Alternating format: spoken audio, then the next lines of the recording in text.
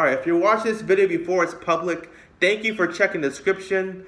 I applaud you. Remember to check the description. Sometimes I will hide my secret videos in there. Now, I have been reading a book called The Fountainhead by Ayn Rand, the controversial author.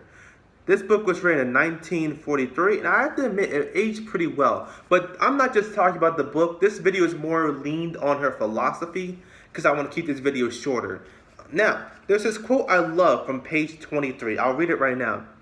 Do you mean to tell me that you're seriously thinking of building that way? When and if you're an architect? Yes. My dear fellow, who will let you? That's not the point. The point is, who will stop me? That quote right there perfectly encapsulates Ayn Rand's philosophy of objectivism. Now, if you don't know what objectivism is, it's pretty much just being a free spirit, doing what you want, not being restricted to society's norms or standards, just pretty much just being a free spirit. Now, before reading this book, which I have read this book in high school, as a disclaimer, read as in a loose term. I read a couple chapters. I used the Spark Notes and other internet sources to kind of cheat my way through the class, but I have a limited exposure to Ayn Rand's philosophy.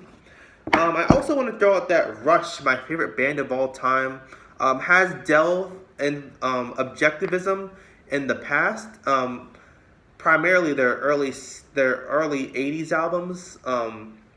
So I know a little bit about it, but I'm no expert on it. As a matter of fact, I want to use this video as a vehicle to ask questions and just kind of give my thoughts on objectivism. Now, objectivism on paper, it sounds like a great idea. Everyone just doing what they want, not being restricted to society's norms and standards, and it really just promotes being an individual and focusing more on yourself. Now, the main question I have to ask is, when does objectivism become too much? Like, say, for example, you just want to just live your life, do drugs, not be productive. And if you tell that person to get a job, they're like, man, screw you, I'm an objectivist. I do what I want. I'm following my own path. Is he correct? Like, his life is going nowhere. He has no job. He's not making any money. He's not contributing to society. Is that where, and is that good? Like, I don't have the answer. I'm just asking the question. When does it become too much to be an objectivist? What if you're an objectivist and you just promote all this stuff that's clearly not true? Like, just saying, oh, the Earth is flat. I know this is going to be controversial, like all this stuff. And you just, like, what I'm just trying to say is, when does it become too much to be an objectivist? When does it become too extreme? I can't think of good examples off the top of my head, but that's just a question I have to ask. Because I feel like to an extent we do need societal norms to kind of ground us, to just keep us I don't know what I'm trying to say right now. It's just been a long day. I should have done this video when I'm more awake, but we need societal norms just because they're normal. Like, they just have to be there. But objectivism challenges society. I'm gonna do something this way. What if the way they want to do is obviously not the correct way? Like in Ayn Rand's book, the book revolves around a student architect who wants to build buildings his way. But what if his way isn't nearly as good as like the way that the school wants him to build it? Who's to tell him he's wrong? Who's to challenge him? Another question I have about objectivism is, wouldn't it promote? I feel like it would promote narcissism. Like, if you're an objectivist, I'm not saying you don't care about society, but you value yourself more than society. Ayn Rand explains it good in the intro where she says that man should not be governed or controlled by a god. I'm paraphrasing right now. I should have written notes. I apologize. But what was my question? I'm sorry. Let me think. My question was, yes, wouldn't it promote narcissism? If you're focusing more on yourself, and say, oh, I'm an objectivist, screw you, my way's right, I don't need to listen to you. I feel like that would promote narcissism. I feel like that would promote being very self-centered, very just not caring about societal norms. I kind of relate objectivism to Buddhism and Satanism. Now, I know a lot of people are probably going to get very upset that I'm comparing Buddhism, Satanism, and objectivism all together, but I believe they're all very closely linked. It's about really being yourself and kind of being your own, being in control of your own life, which is it's a philosophy that I really love. Taking responsibility for yourself. You are the reason why you are here. But with Satanism, it's more of a freedom thing. I feel like Satanism and objectivism are very closely linked. But Buddhism, that kind of promotes, what I love about Buddhism, it's that it promotes taking care of yourself, but also it promotes taking care of the people around you, showing love to the people around you, still being spiritual. And that's the thing that I really believe that separates, that really, I would say, that really hurts this philosophy, is that I don't really see any general love or care into it. Now, I know it's not a religion, but for Buddhism, it's a balance. Take care of yourself, take care of other people. Love yourself, love other people. Respect yourself, respect other people. That's what I really love about it. But with objectivism, I see a lot of holes in it.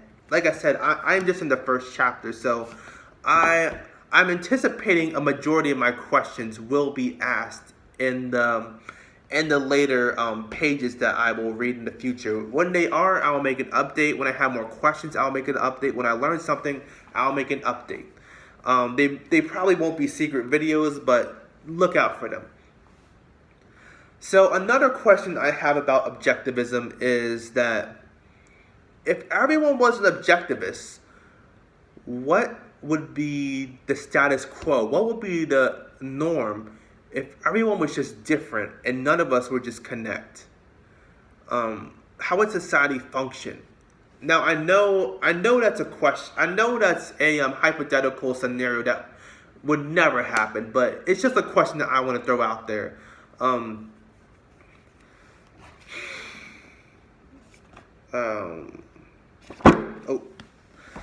What else did I want to say? So for the book, I'm really enjoying it. I anticipate to see what's happening to how it work. I know a little bit of stuff that happens, but like I said, it's been 5 years and I barely read the book, so it's pretty much a new book to me. Her philosophy is definitely an interesting one. I love the idea of promoting yourself, of just sticking to your guns, even though it's not normal. I would say objectivism is actually getting very popular in today's society. I guess you could say non-binary people are objectivists to some certain extent. They don't identify as male or female, boy or girl, so you could say they are true objectivists. But I find this book came out at a very horrible time. It came out in the 40s, during the World War II. And that's when the country was very patriotic. You had to be a certain way. You had to think a certain way. Today it's a lot looser. You don't have to think of this, but back then in the 40s, everything was uniformed. You had to think a certain way. You had to act a certain way. You had to do a certain way. This is when the U.S. military draft was there. So this book came out at a very dangerous time. I am actually appalled that Ayn Rand did not get assassinated or silenced or anything. I am appalled by that. A lot of people are calling her a Nazi, a socialist, all this stuff, but I feel like Ayn Rand was really ahead of her time with objectivism. Am I an objectivist? No, I am not. Though I am fascinated with a lot of their philosophy. I love, like I said, I'm not going to repeat myself, but I feel like Ayn Rand was really ahead of her time when this book came out. I can see why she's a criticized artist, because as I was reading this, I really realized her philosophy was the forefront of this book. If you want to read Ayn Rand to get an exciting story with all this character development, all these incredible arcs, all these plot twists, Ayn Rand is not the author for you. She puts her philosophy in her message before the characters and before the plot. So if you're an objectivist or you are interested in objectivism, I highly recommend Ayn Rand's book. But if you want to read a good story with characters, plot twists, all these different fantasy settings, The Fountainhead is not for you. I am really anticipating the next couple chapters I'm reading. I'm almost done with chapter 2. Yes, this book has really made me think. At work, I just spent the whole time just questioning objectivism, just questioning the moral. And I know what you're thinking. Oh, if you're questioning it, then that means you're unsure. Why is questioning something bad? I don't understand in this day and age, sorry, Rand, but I don't understand why this day and age, questioning something and thinking about something is seen as it's kind of almost seen as looked down upon. There's this quote I love from Din Izzy where it's just kind of, I'm paraphrasing right now, but it says, if you do not question, then there is no meaning to why. Which he is saying that if you don't question things, you're not thinking about it, you're just going with it. You have to ask questions. And I just wanted to make this video as just an introduction to a discussion in the comments maybe. I'm pretty sure not many of you have read The Fountainhead or are familiar with objectivism or Ayn Rand's philosophy, but you know, if you're interested, if I have piqued your interest, leave a comment in the description below. If you are an objectivist expert, leave a comment. I feel like objectivism is a philosophy that everyone has something to say about. This video has already gone long enough. I'm just rambling, but I will make updates when I have answers to my questions, or if I have more questions, I'll try to write them down, my thoughts, so I'm just not brain scrambled like I am today. I apologize. It's been a long day. But yes, this book really has been just making me think. I'm anticipating more of how the philosophy is used in the book. And the story is more of a vehicle to explore the philosophy than I am looking forward to the actual characters and story. But I'm just going in circles. So thank you for watching my video. I hope you enjoyed it. And thank you again if you're early, and check in the description. So yeah.